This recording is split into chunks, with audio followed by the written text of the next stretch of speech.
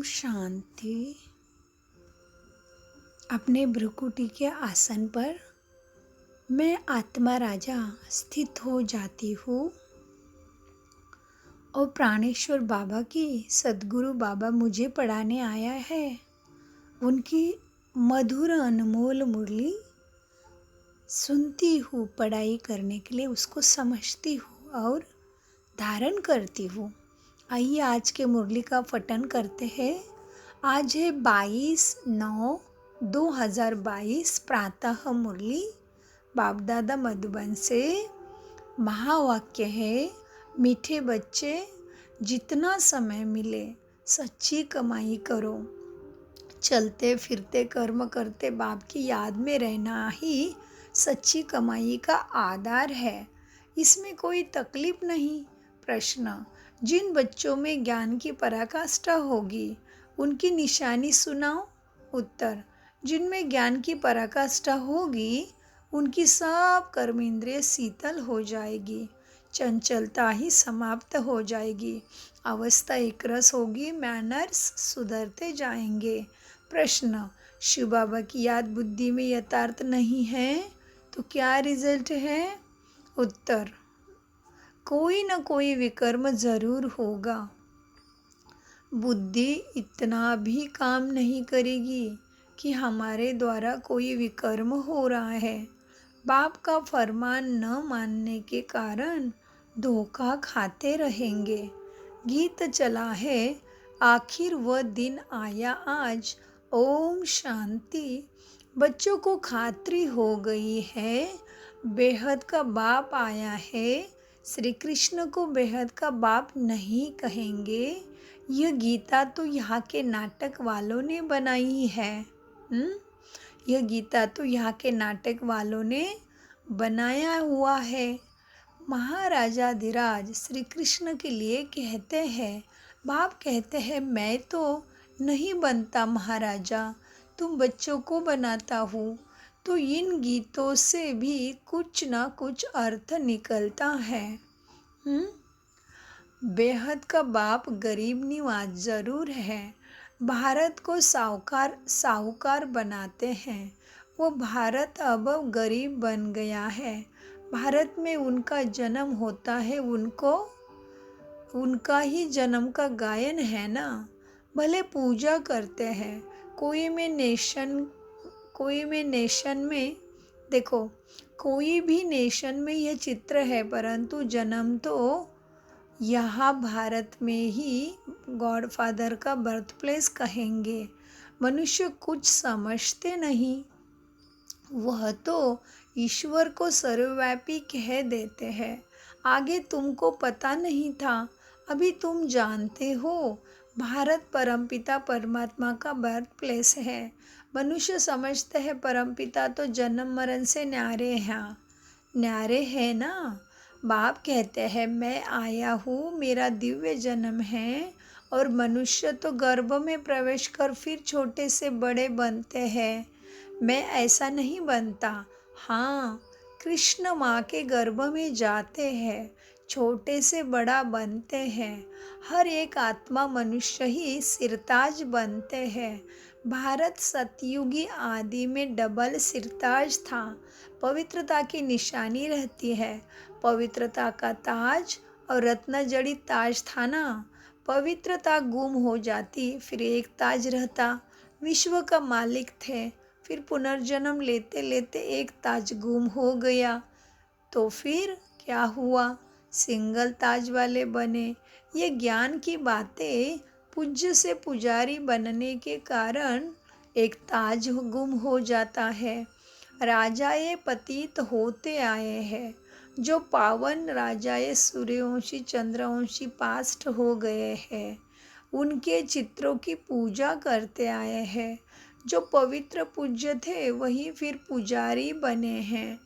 उनको ही 84 जन्म भोगने पड़ते हैं। जो भारत कल पूज्य था सो अब पुजारी बना है।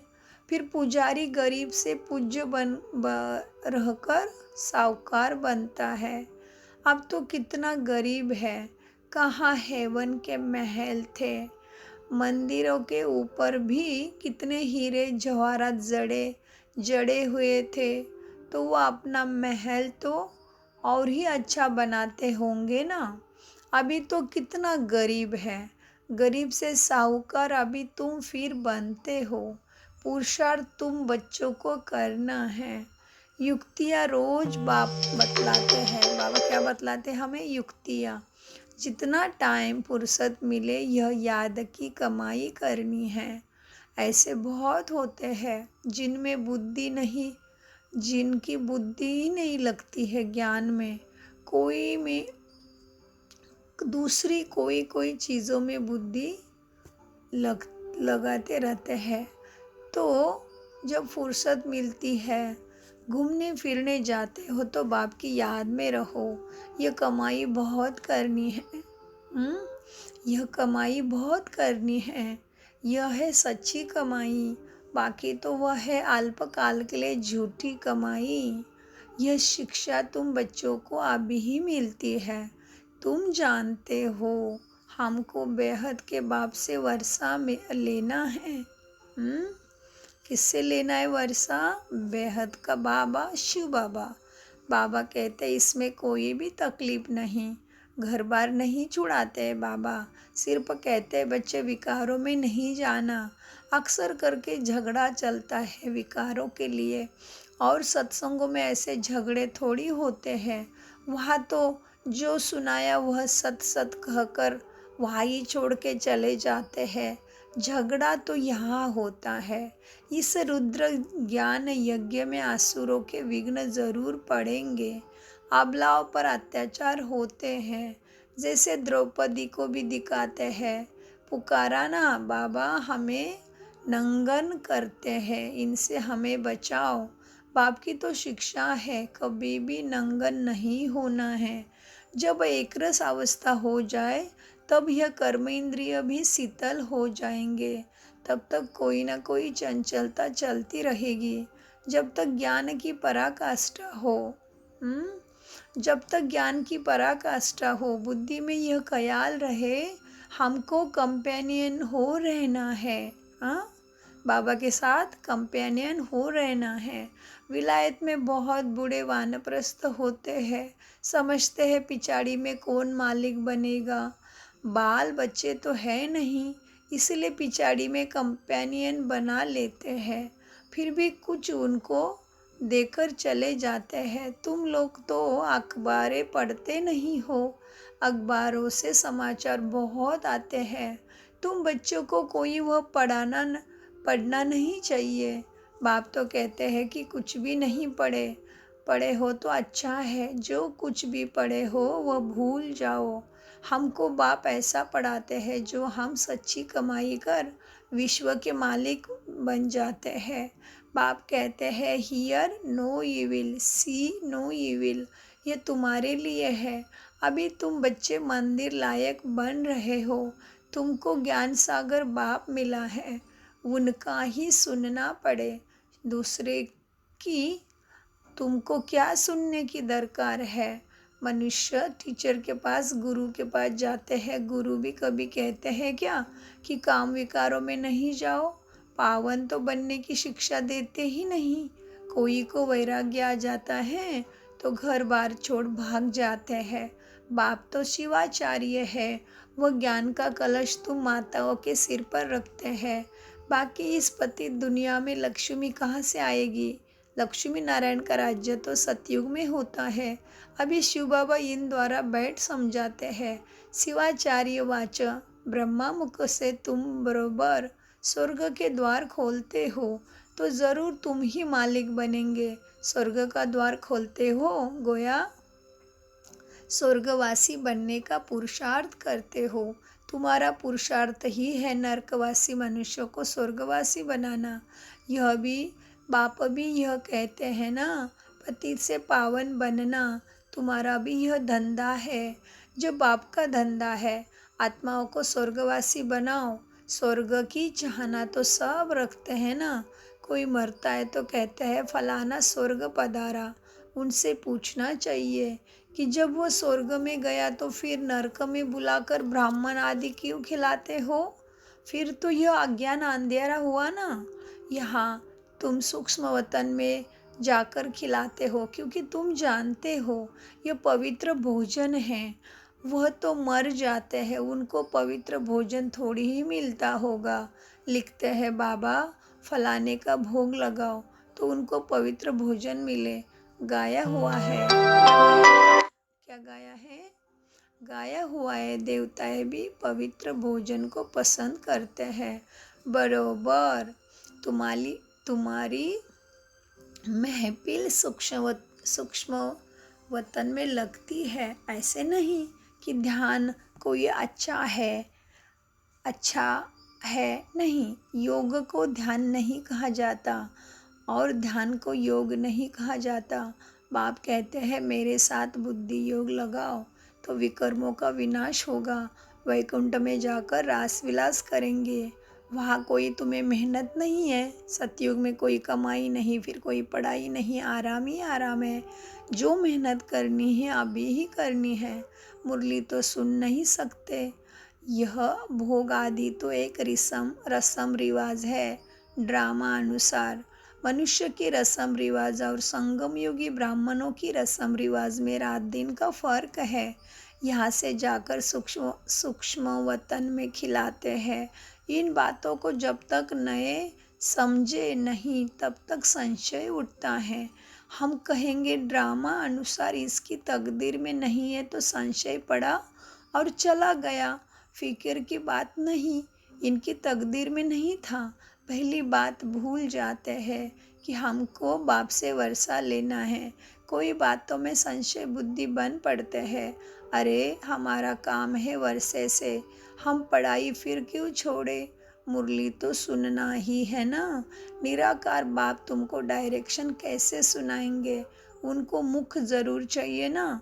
ब्रह्मा मुख से अथवा ब्रह्मा कुमार कुमारी से सुनना है। कोई बाहर में दूर चले जाते हैं, मुरली भी नहीं मिल सकती है तो बाप कहते हैं कोई हर्जा नहीं है, तुम याद में रहो और स्वदर्शन चक्र फिराते रहो।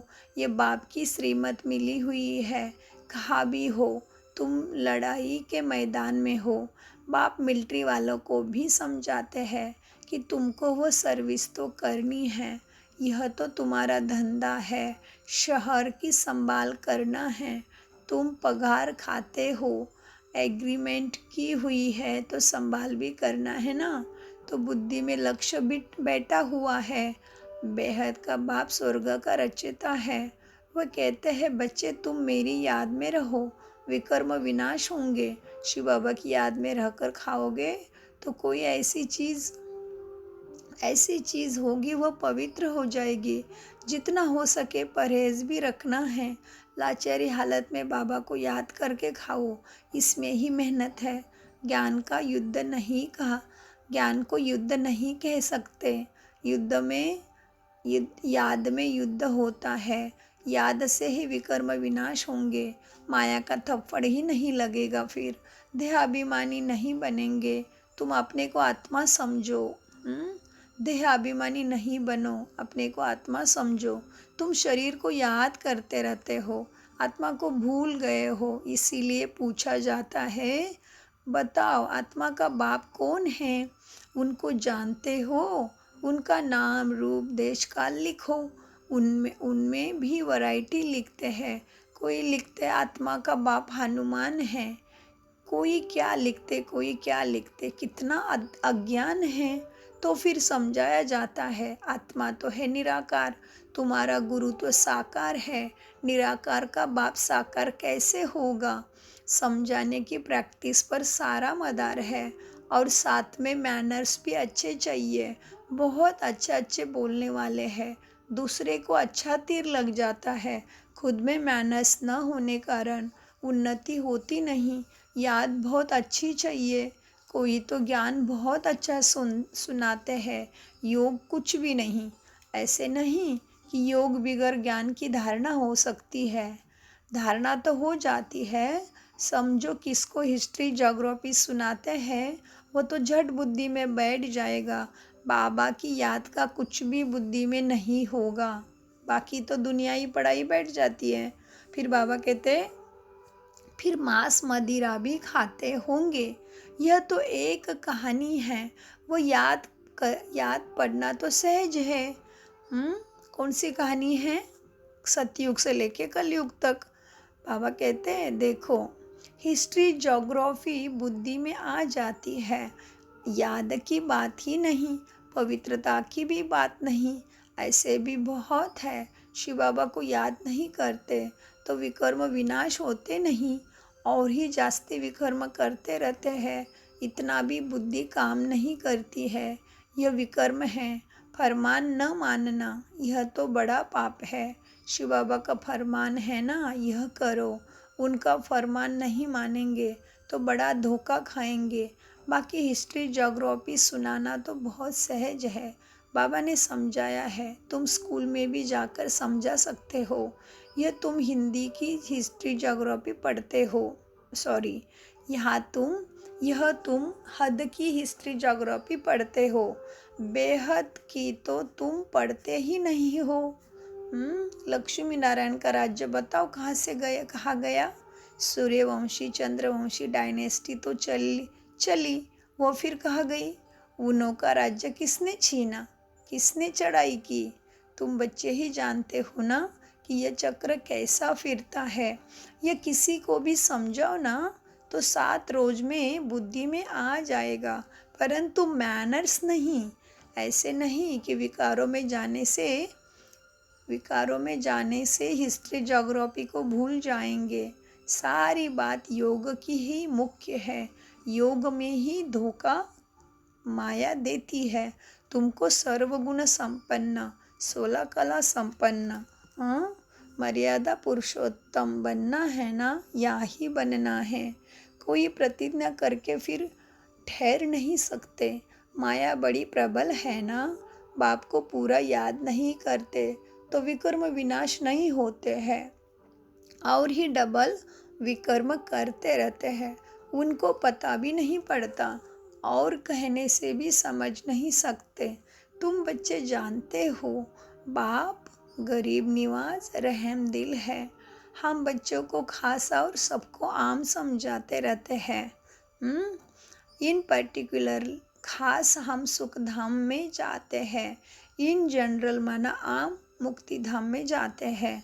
सतयुग में बरोबर इन लक्ष्मी नारायण का ही राज्य था। फिर चंद्रवंशी, उनके बाद इस्लामी, बौद्धी आदि सब आए, तो वह आदि सनातन धर्म गुम हो गया है। बड़का झाड़ कलकत्ते में जाकर देखो, फाउंडेशन है नहीं, सारा झाड़ खड़ा है। ऐसे ही मनुष्य सृष्टि का है, देवी देवता फाउंडेशन ही गुम हो गया। बाबा कहते हैं देखो, अब फिर से स्थापना हो रही है।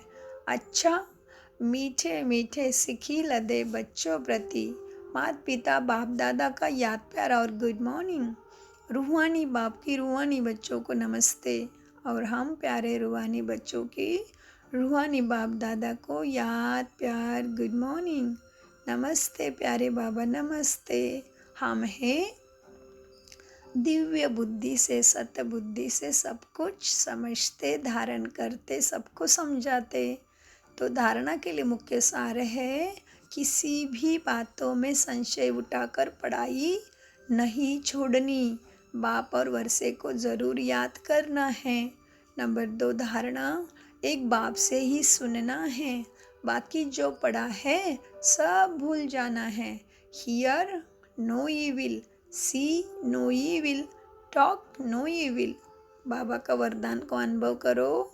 सद्गुरु मेरे सिर पे हाथ रखा, मुझे आगे बढ़ाने के लिए बाबा ने मुझे लिफ्ट दे दी। मैं आज्ञाकारी बच्चा, फास्ट सो फर्स्ट आने वाला, बाबा का लाडला, माला का मनी, राज्याधिकारी सो राज्याधिकारी से राज्याधिकारी, सो दर्शन चक्रधारी।